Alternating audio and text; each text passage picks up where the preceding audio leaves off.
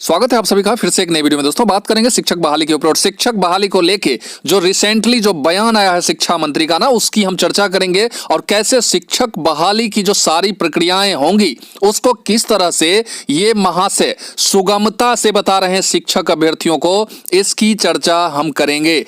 सारे चीज हम इसमें बताएंगे आपको और इनका जो एक जो बयान है उस बयान को भी इन्हीं की जुबानी हम आपको सुनाने वाले हैं। तमाम शिक्षक अभ्यर्थी इस वीडियो में लास्ट तक बने रहिएगा।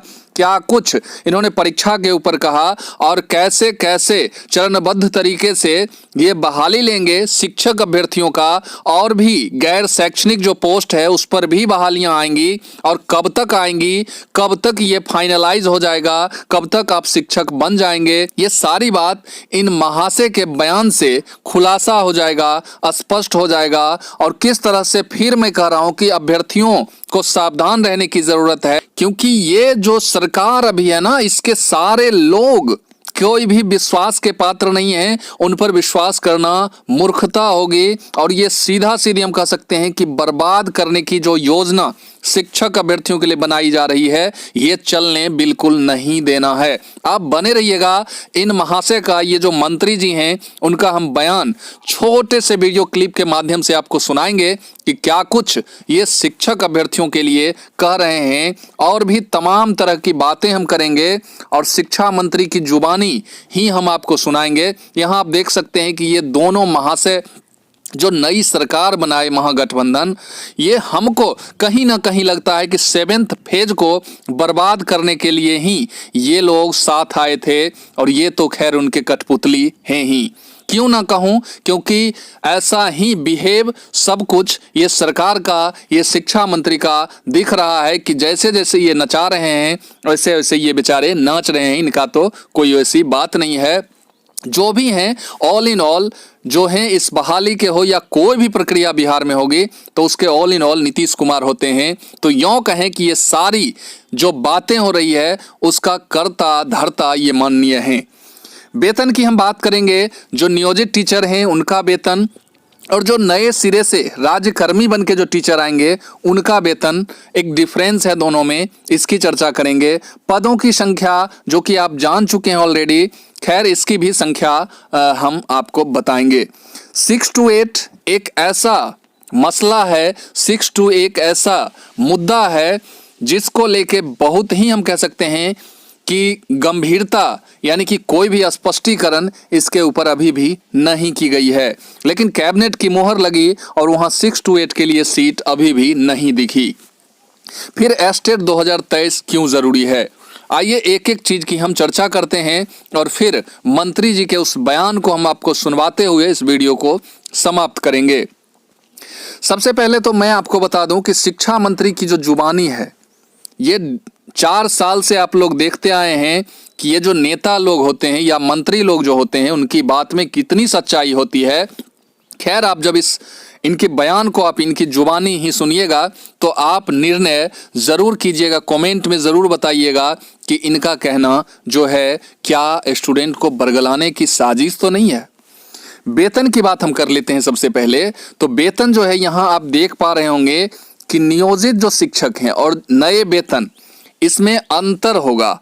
यहाँ आप देख सकते हैं कि प्राथमिक जो है उसमें नियोजित और नया जो वेतन होगा वो मूल वेतन जो है आपका 25,000, नए जो वेतन होंगे वो 25,000 है, और वही नियोजितों की बात करेंगे तो 21,290। उसमें डीए, एचआरए, सीटीए, मेडिकल, इन तमाम तरह की जो परसेंटेज हैं उसको आप इंक्लूड कीजिएगा तो नियोजितों का वेतन हो जाता है 35,064 रुपये। वहीं नए जो वेतन होंगे वो 40,630 वेतन होगा। ये आप देख सकते हैं ऑफिशियल जो ये कागजात हैं वो इधर मैंने लगाया है, इसमें स्पष्ट नहीं दिख रहा था इसलिए मैंने यहाँ पर पेपर कटिंग लगाया है। वही आप देख सकते हैं कि मध्य विद्यालय जो 6 to 8 के हैं उसमें भी आपको दिए हुए हैं कि 22,480 नियोजित के और नया वेतन जो होगा 28,000, और इसमें वही डीए, एचआरए, सीटीए, मेडिकल जोड़िएगा तो नियोजितों का 36,849 और 45,130 हो जाएगा नया वेतन। वही फिर माध्यमिक 9-10 का यहाँ आपको दिख रहा होगा नीचे, तो 9-10 का जो नियोजित हैं उन्हें 22,000 480 ही मिलेगा। और इस तरह से DA, HRA, CTA, medical include करके इनका जो है सो 36,849, यानी कि मध्य विद्यालय और माध्यमिक विद्यालय के नियोजितों का वेतन सेम है। और वहीं नया वेतन की हम बात करेंगे तो नए वेतन में 9-10 वालों का 31,000 जो है सो मूल वेतन हो जाएगा।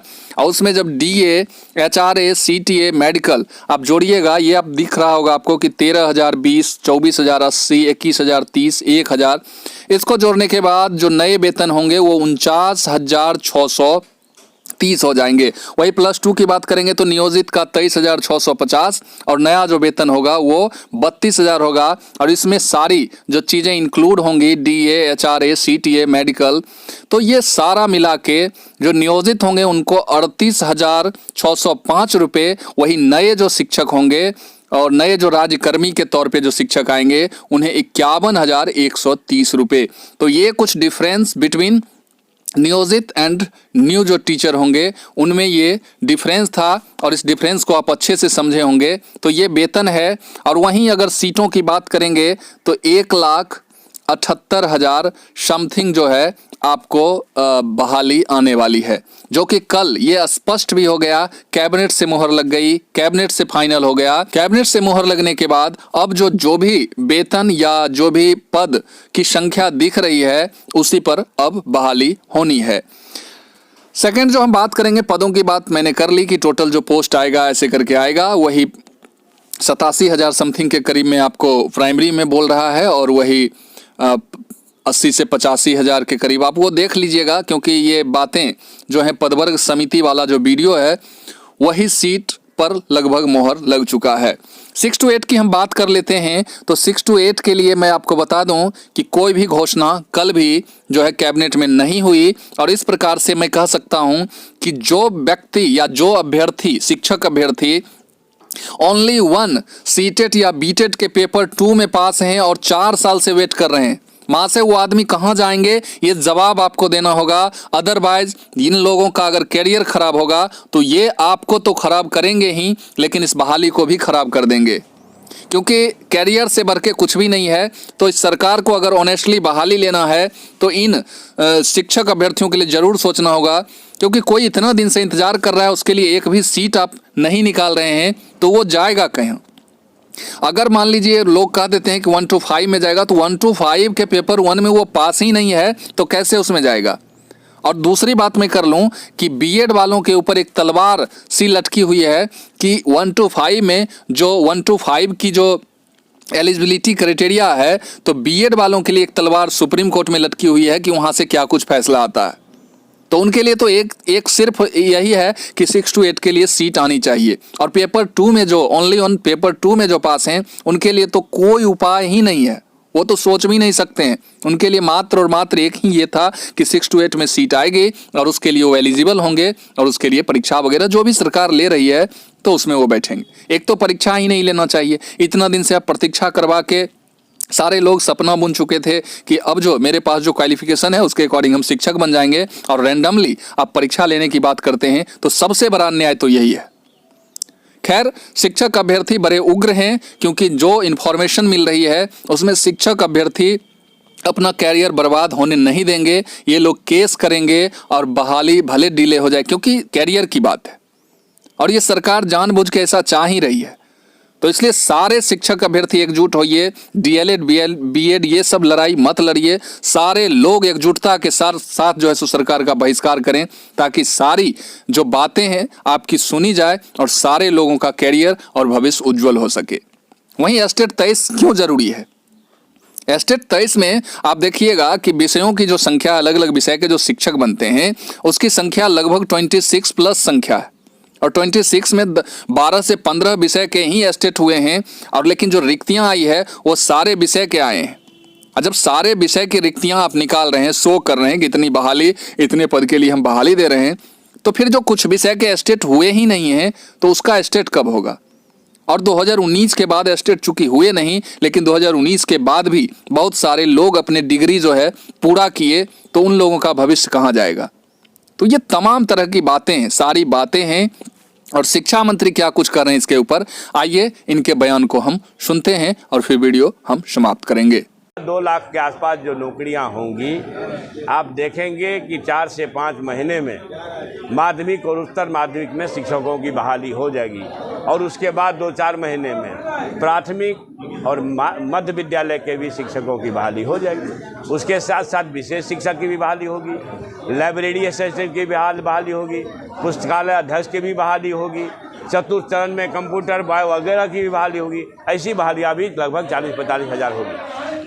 शिक्षक लगातार सड़क पर उतर रहे हैं, सरकार के खिलाफ आंदोलन कर रहे हैं। सरकार के खिलाफ जो हमारे गुरुजन कर रहे हैं आंदोलन, तो उनसे तो यही न कहा गया है सरकार के तरफ से। हम लोग लगातार कहते रहे हैं कि भाई आप जो पढ़ाए हैं 15-20 साल, है ना जी, कोई मिडिल को पढ़ाए हैं, कोई मैट्रिक को पढ़ाए हैं, उसी में से अगर कुछ सवाल आपसे किए जाएंगे तो आपको किस बात की तकलीफ है? आपको कोई नौकरी से तो नहीं हटा रहा है। संपूर्ण बिहार वासियों को नौकरी देने के लिए, बेरोजगारों के लिए ये नियमावली आई है कि भाई कैसे हम ज़्यादा नहीं, संपूर्ण बिहार वासियों के लिए नियमावली आई है। तो भाई बिहारी बेरोजगारों को के तकलीफ में सरकार शामिल होना चाह रही है और लाखों बहालियां होगी भाईजान। अभी तो आपको समझिए जो राज्य स्तर पर जो पद रिक्त थे, जिसकी सूचना थी, उसका ये आंकड़ा है 2.25 लाख का, और जब संपूर्ण रिक्ति आएगी तो 1 लाख के आसपास और होगी, तो वो भी बहाली होगी।